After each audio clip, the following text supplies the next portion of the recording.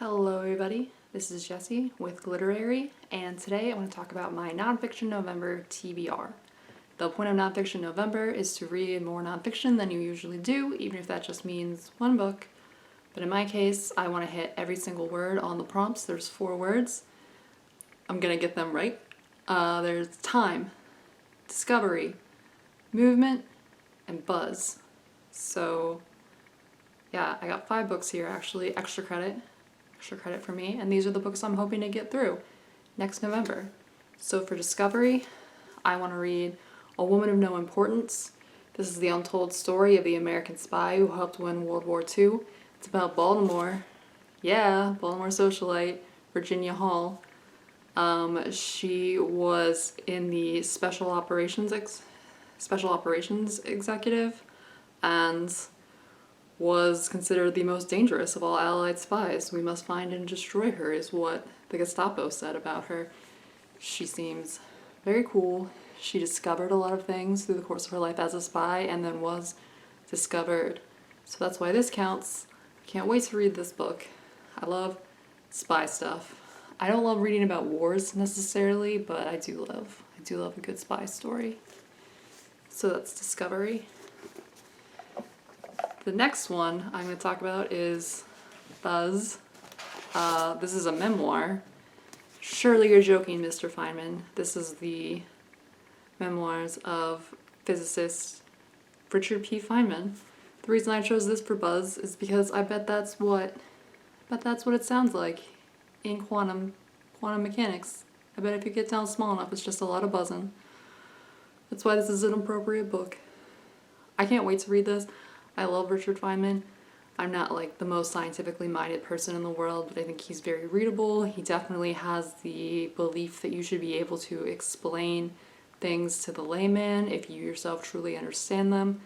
He's just a cool, funny guy, and he has this like really interesting quote that I'm about to butcher that's attributed to him, where he says that every child has the mind of a scientist, because they have that natural curiosity and then we just kind of destroy it in children. So that goes away because they ask questions nonstop and we tell them to shut up.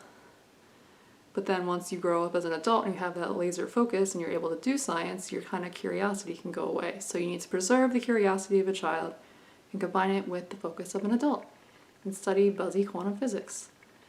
Super excited to read this. I think he is just such a weirdo and cool guy, and I love him. The next book is Movement, The Soul of an Octopus by Cy Montgomery.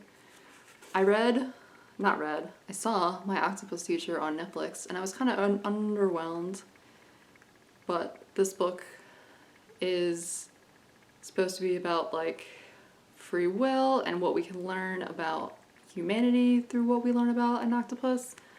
I chose this for Movement because octopuses move weird, and the end of that, I love octopuses and I'm really excited about this book. The reason I didn't like My Octopus Teacher very much is because I felt like I didn't learn very much about an octopus. It was just one guy being really into octopuses and us being like, yeah, I guess that sounds dope. But I wanted to learn more, and so I got this book so I could learn more about how they think, what kind of problem-solving abilities they have, and how eerily similar to humans they are. Movement. This book doesn't go to a prompts. This is a book, The Second Sex by Simone de Beauvoir. I am simultaneously reading this because I'm interested in it from having read The Cost of Living by Deborah Levy in October, and because it's my seminar book for my alumni seminar chapter.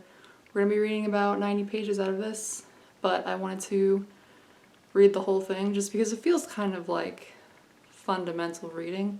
I read a lot of feminist theory, but never this. Never a lot of actually like Gloria Steinem or anything. So I want to remedy that, and I want to read The Second Sex. All of it seems so fascinating just based on the glimpse I got from Cost of Living. This doesn't go with the prompts.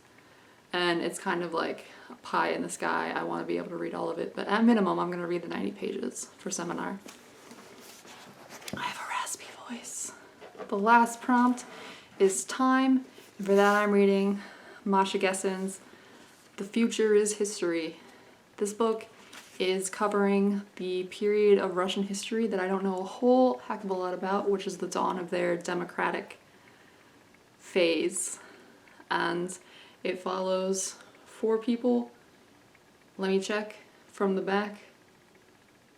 Yeah, 4 people. They were born at that time and what was promised to be this really great era of opportunity for Russians after they had been really crushed and oppressed for decades. But this is about how all of them get crushed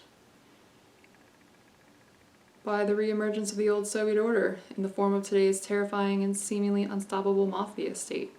I don't know a lot about like modern Russia except for what I read about in the news, which is obviously very biased. So this is a big one, and it's really recommended. Masha Gessen, I'm sorry. They are a really highly respected historian and journalist. So I feel like this is going to be a great way for me to...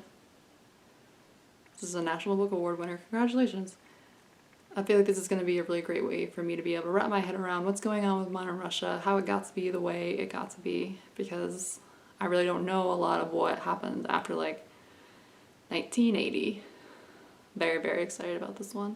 And that is for time. Chose it because it has both the word future and history in it, and both of those are time words. Really, I had this TBR kind of set to go for Nonfiction November because these are books I've been meaning to read for a while, and then when the prompts came out, I just reverse engineered them into the prompts. Whew. Anyway, it's a little bit of an ambitious TBR for me. I'm also going to probably be reading a little bit of fiction alongside of it. And my hope is that I'll be able to read one of those books a week and then maybe do a video individually about each. But if you've read any of these, let me know. I would love to get a sneak peek about what I'll be learning and how this will be going. And if you're going to be participating in Nonfiction November, leave a comment. If you have a video, like, I would love to watch it. But I'm really nosy about people's TBRs. I love to know what they're going to be reading, especially love Nonfiction November. So yeah, that's all for me. Like and subscribe. Bye.